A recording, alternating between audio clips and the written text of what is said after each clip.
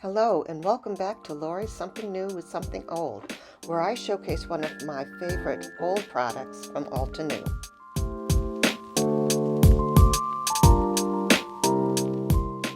Welcome back.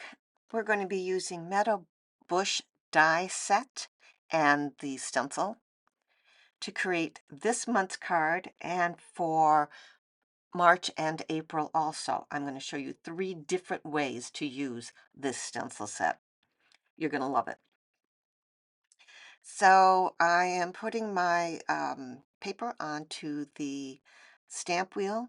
Notice the back of the stencils sheet has the layering guide. And I'm going to start with the layer number 1. And we're going to color these in with yellows and oranges and reds.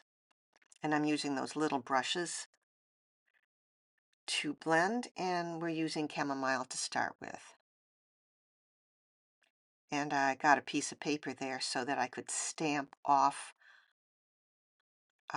so I don't get harsh edges.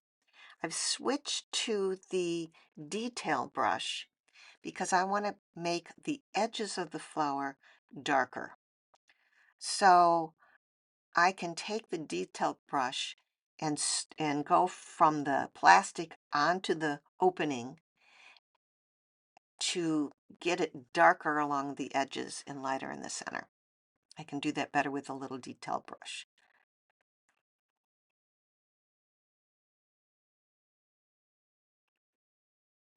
And then I keep lifting it up to see what it looks like. And when I'm happy with it, I'm going to go on to stencil number 2. And it's not too hard to line it up, and it shows you what to do there on the layering guide. And I'm using terracotta this time. Again, with those little mini blending brushes from Altenew. And you can see that I'm stamping off on that paper on the side so that it doesn't get too dark. And then I'm going on to stencil number 3. And again, you can see where they line up, and it lines up fairly simply. And then I'm using a coral red color. Coral meaning it's kind of orangish red. Blends well with these yellows. And it's the darkest color. And I keep pulling that back to see how well I'm doing. Make sure it's as dark as I want it to be. I want a little contrast in there. And then I'm going to go with the leaf stencil. And I did have a little bit of difficulty lining this leaf stencil up, but you'll see how I did it. I point it out here in a second.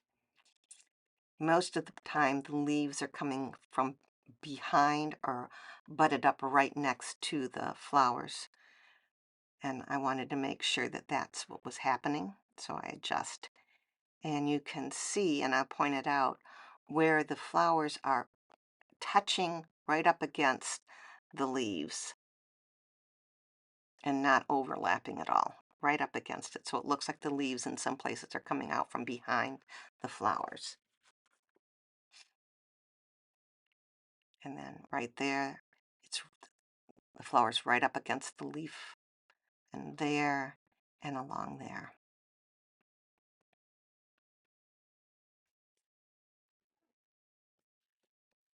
And I believe I'm using forest green for this. I'm using the blending brush again, but not the same one. I try to have ones, one for greens, one for reds, one's for blues. And now I want a little more detail, so I'm using their fine liner, the 005, this is Altenew's fine liner, to very roughly outline the stems, the leaves, and the flowers. You could stop before doing this. This is not a necessary step.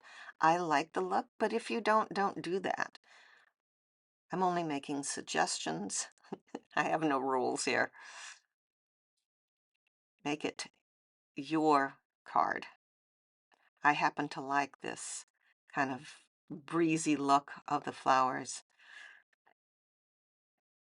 I'm making little marks on the inside, kind of around where the marks are anyway, the different shades of the flower.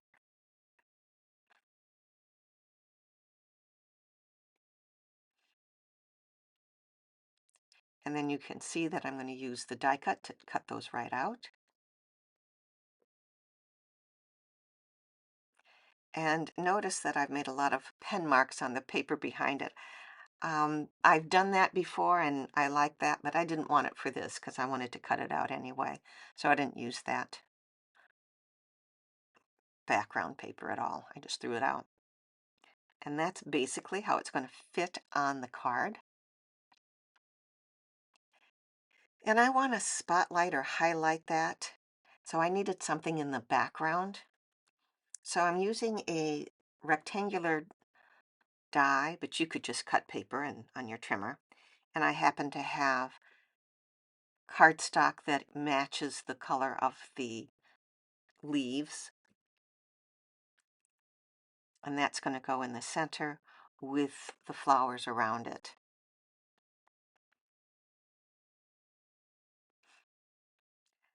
I wanted the flowers to be raised up off the paper. So I'm going to be using foam tape behind it. Lots of little pieces of foam tape.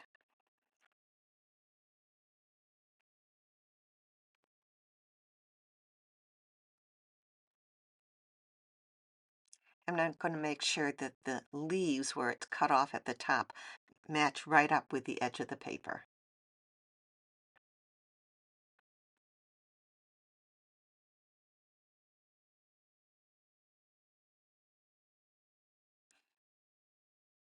I wanted to turn the paper so I could easily line that edge up of those flowers.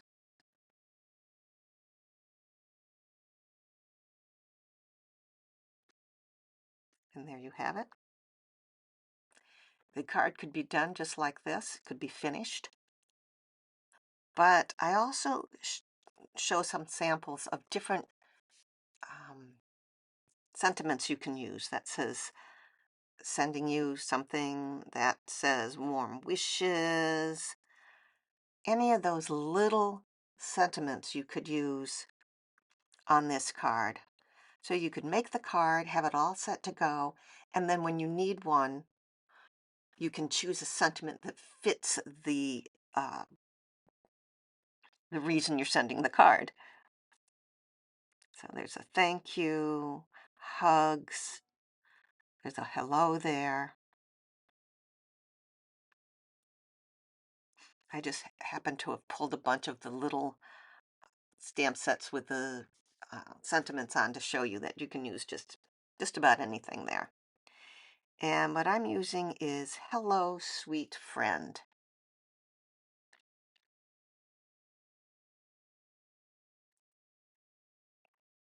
One thing I like about the stamp positioner, this stamp wheel, is that they made a new plate that has grid marks on it, so that when I pick up the stamps with the grid mark plate, I can see whether the stamps are straight so that my sentiments aren't crooked.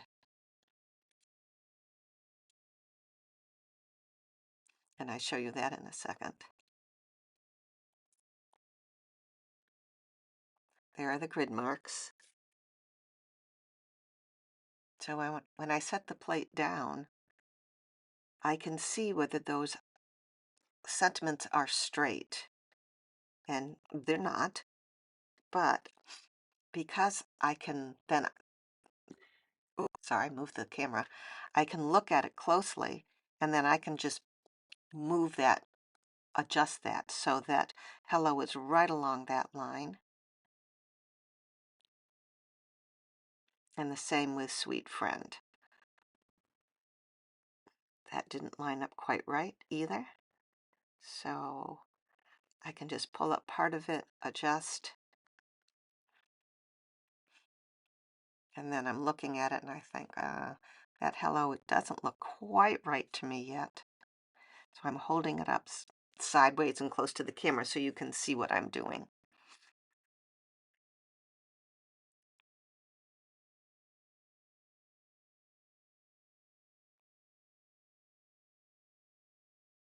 And then I'm going to use obsidian ink, the black obsidian ink, to stamp the sentiment.